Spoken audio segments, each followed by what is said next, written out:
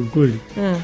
Leo tutaanza na vitu vichache tu kuhusiana na Pep Guardiola. Wengi wanamzungumza Pep kwa sababu ya mafanikio ya kubeba makombe ikiwemo ligi kuu nchini Italia, ligi kuu nchini Hispania, ligi kuu nchini Ujerumani, UEFA Champions League, ligi kuu nchini England, kombe la dunia ngazi ya klabu, UEFA Super Cup.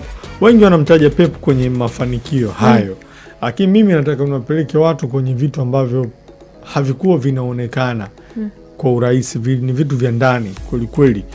Na baadaye hivyo vitu ndio vimemfanya Pep amekuwa huyo Pep mwenye mafanikio. Sasa leo turudi mpaka mwaka 2008 wakati Pep Guardiola sasa ndo anaondoka kama kocha wa timu B ya Barcelona, anapanda kwenda kuwa kocha mkuu wa FC Barcelona. Mwaka 2008 bwana, Barcelona walimteua Pep Guardiola kuwa kocha mkuu wa kikosi chao, akipokea mikoba ambayo alikuwa nayo Frank Rijkaard Mholanzi alikuwa anafundisha Barcelona. Ndio. Kwa Pep wakati anapewa kazi alikuwa anatoka timu B. Hana jina.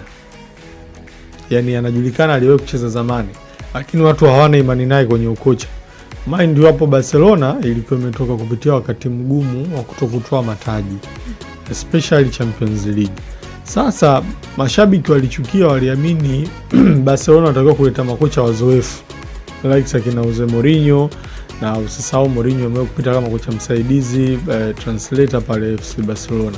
Kwa watu walikuwa wanategemea hicho kwamba tutalitoa makocha wenye majina makubwa.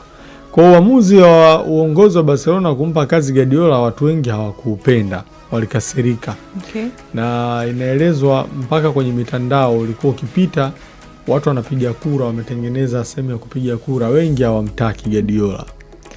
Na isivyo bahati kwenye mechi mbili za mwanzo za Guardiola akiwa na Barcelona alipata pointi moja tu kwenye mechi mbili za ligi.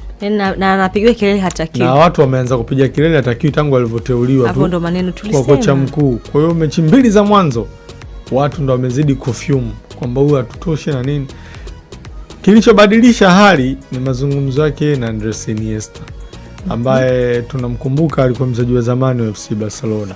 Inaelezwa Iniesta ndo alimtia ujasiri Pep Guardiola, akamwambia ajiamini na aendelee kuamini kwenye falsafa yake ya tic-tac. Kwa hiyo Pep Guardiola miezi kadhaa baadaye anakuja kuwapa Barcelona mataji. Wow. Tena treble. Kama haikutosha, Pep Guardiola akaondoka FC Barcelona mwaka 2012.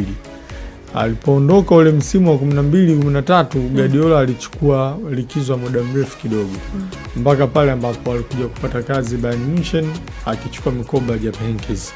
Na pale alipokaa, wachezaji wanasema Guardiola alitambulisha sheria mpya, ilikuwa inaitwa sheria dakika 32. Hiyo sheria dakika 32 ni watu walimnotice Guardiola akiwa nje ya mpira, hata akienda dina au akienda sehemu kurefresh.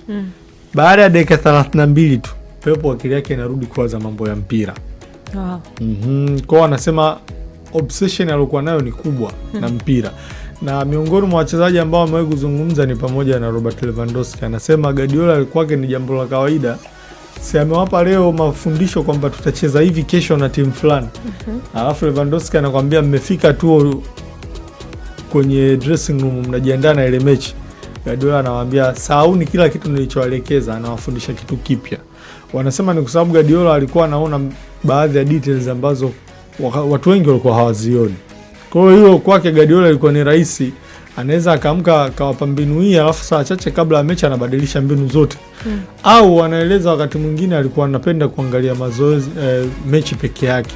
Anajifungia anaangalia. Au wengine wanasema Pep Guardiola inaripotiwa alikuwa na mtindo wa kukaa mishale ya usiku sana. Anaangalia klipu za mazoezi. Sio za mechi, za mazoezi. Huyo ndo Pep Guardiola. Nice. Baada ya kufika Bayern alitengeneza kitu kipya. Kule Barcelona alianzisha tic-tac ambayo ilikuwa amerithi kutoka kwa marehemu Johan Cruyff, ambaye naye aliwahi kucheza Barcelona baadaye akawa mwalimu. Sasa yule Mholanzi ndo alimfundisha Pep hiyo falsafa. Yeye ndo akaingiza Barcelona. Na mwanzo ilipokuwa inashindikana ndio Iniesta pale nilipoeleza kwamba yeye ndo alimtia ujasiri Pep Guardiola. Lakini kule Bayern alivyoenda, kule akaanzisha kitu kipya. kule akaanzisha kucheza kwa nafasi.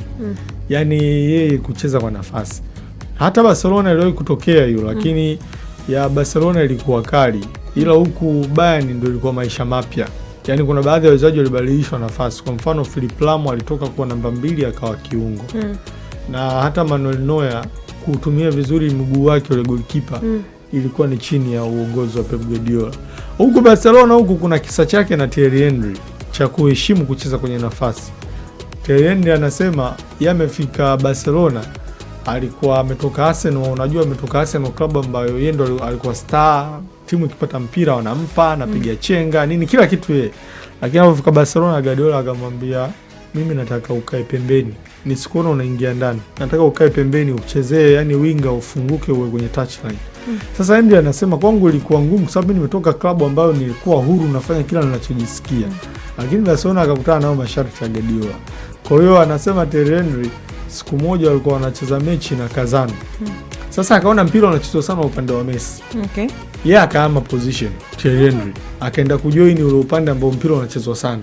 Na yeye alishaambiwa kaa huko. Na yeye alishaambiwa kaa upande ule usitoke. Thierry Henry akacheza ule upande akafunga goli.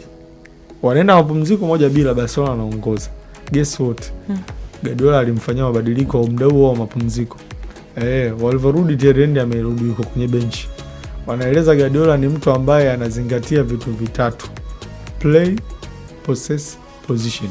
Kwa hiyo tiki-taka ilikuwa ni hiyo, mnacheza na mnamiliki mpira, mna play na kupossess, lakini position ndo alianzia hapo. Kwa hiyo alienda nayo mpaka Bayern Munich. Na alipokuja Manchester City sasa, huko alikuja akaintroduce kitu kipya. Huku ndo masuala ya inverted fullback pia alifanyika sana, kubadilisha beki kwa kiungo, mambo ya false number 9. Wenyewe Uingereza wanamzungumza Pep kama miongoni mwa watu ambao wameufanyia innovation mpira wao. Kesho tutaendelea na Pep Guardiola. Nice. Na namna ambavyo huwa anatumia muda wake baada ya kuwa ameacha ukocha. Inaelezwa baada ya kutoka Barcelona kwenda Bayern, alienda kuishi Marekani kwa muda mrefu, akitaka kuishi mazingira mapya, kwa sababu alikuwa akiishi kule Catalonia, bado akili yake ilikuwa inawaza mpira muda mwingi. Sasa kesho Mungu akipenda tutaendelea na Pep Guardiola na visa vyake na sheria zake za vyumba vya kubadilishia nguo zilivyo kali. Watu wasichokijua tu, Barcelona pale alipata changamoto, alikutana na mtu anaitwa Lionel Messi. Hichi kiumbe kinapenda kula kuliko maelezo. Ni food monger. Sasa pale ulikuwa ukifika Camp Nou, kuna cafeteria pale ndani. Kwa hiyo Messi muda mchache kabla ya mechi yuko pale anapiga vitu, anachukua anaingia navyo dressing room. Ilikuwa inamkuta kuna kipindi Messi alikuwa anatapika hadi uwanjani. Guardiola aliambia uongozi wa Barcelona, aliwaambia uongozi wa Barcelona, naomba hii cafeteria iondolewe. Wewe. Yes, iliondolewa na Messi alikuwa haruhusiwi kutoka chumba cha kubadilishia nguo akishaingia. Yaani hata afungiwe huko mradi asiende akapiga. Kwa sababu alishaikuaga hivyo kwamba anataka kupata privacy kidogo. Kumbe alienda kupiga msosi. Karudi mwenyewe muda mchache wale kabla ya mechi. Kwa hiyo Guardiola alikuja kwa ujasiri dunia. Ondoeni cafeteria huko ndani ya club. Alafu hiyo obsession ya